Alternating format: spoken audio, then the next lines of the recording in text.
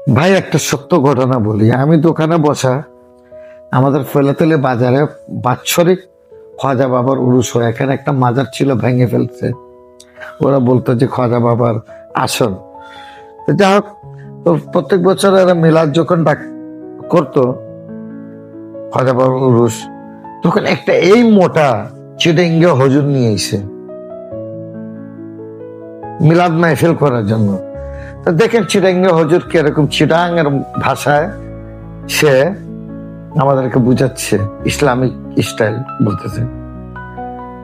এই চিটাঙ্গে হজুর বলতেছে, ওয়াজে বলতেছে, কেমন করে হজুর বলতেছে শুনেন। বলতেছে ডান্ডি অকল কি বুঝে গরুর মাংস সম্বন্ধে, ডান্ডি অকল গরু সম্বন্ধে কি বুঝে?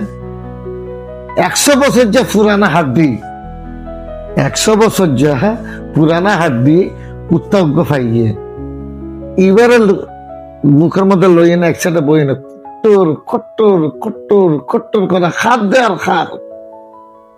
এবেলা চিন্তা করি ও ভাই অকল, তোমরা এবেলা চিন্তা করি 100 বছর যে পুরানা হাড্ডির মধ্যে যদি এত মজা, তাহলে এবেলা মাংসের মধ্যে কত মজা হইবে।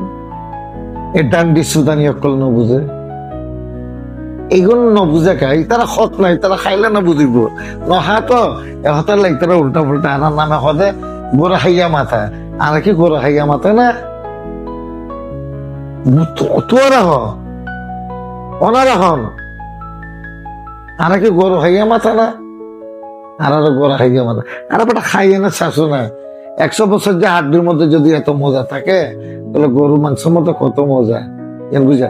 তা বাজারে দোকানের মধ্যে বসে আমরা হাসতাম যে কি বলতেছে, এটা কি ওয়াজ করতেছে নাকি নাসিহাত করতেছে না কি করতেছে, ও জানে, হজুর জানে। আসসালামু আলাইকুম।